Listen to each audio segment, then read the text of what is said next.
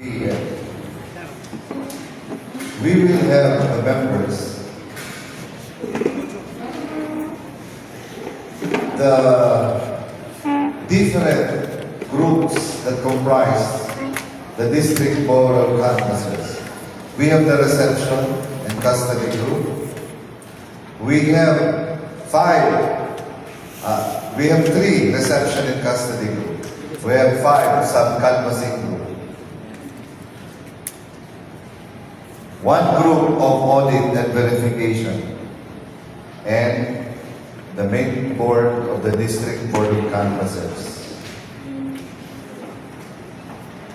As chairman, I am Attorney Joseph Vega. The vice chairman is Chief Prosecutor Maria Elvira Herrera. Secretary of the board, Ms. Lerma Flandes. For our house rules,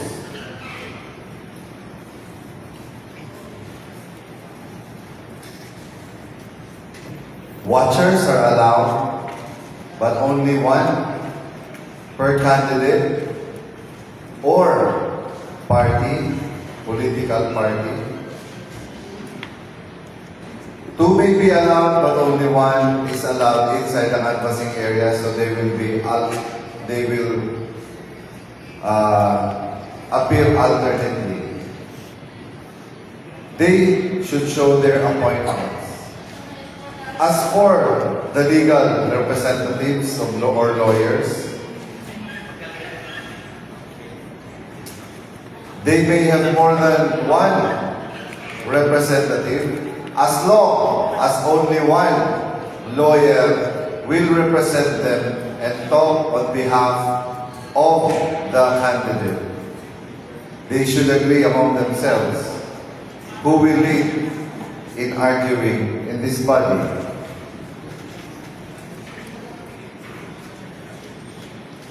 You are not allowed to be unruly or to talk unruly against any of the board.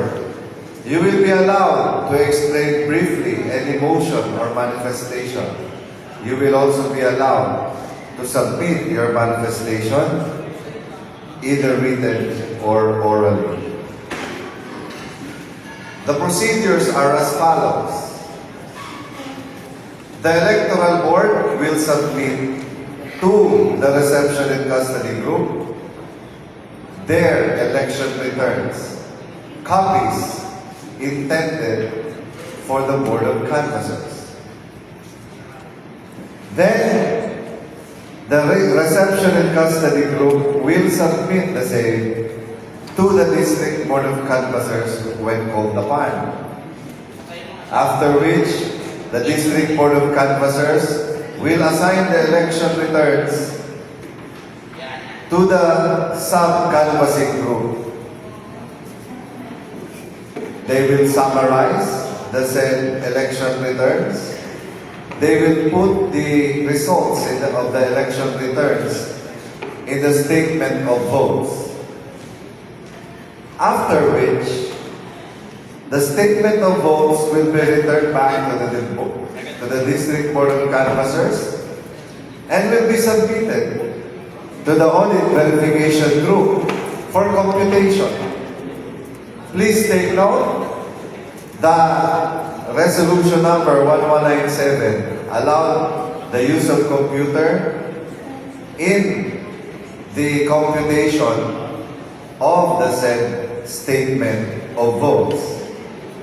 After the verification of audit verification group, it will be submitted back again to the District Board of Canvassers, who will look at the accuracy of the same.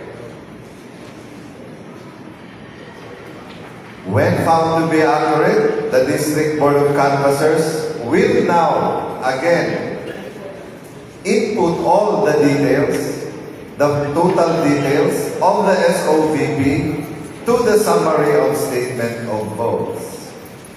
The said summary statement of votes will only be filled up by the Secretary of the Department of the District Board of Canvassers. But the District Board of Canvassers again will not be the one to compute. The one to compute will be the audit verification group.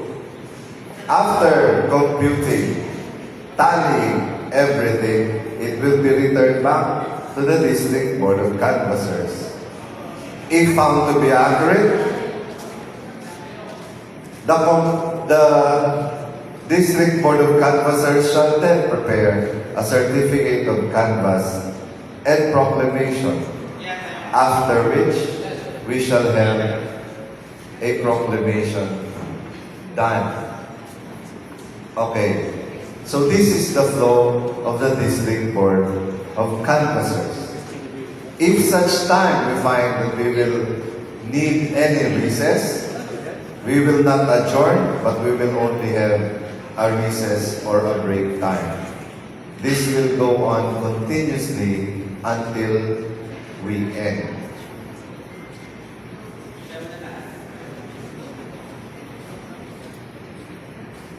We would also like for the lawyers now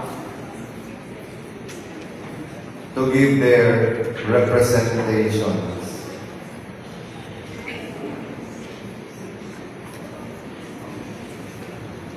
Are there any lawyers who want to enter their appearances, please?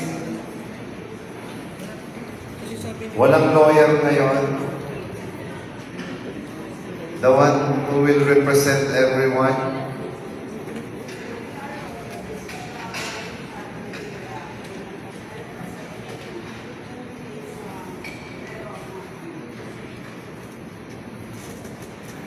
Can you please give a microphone with a stand in the middle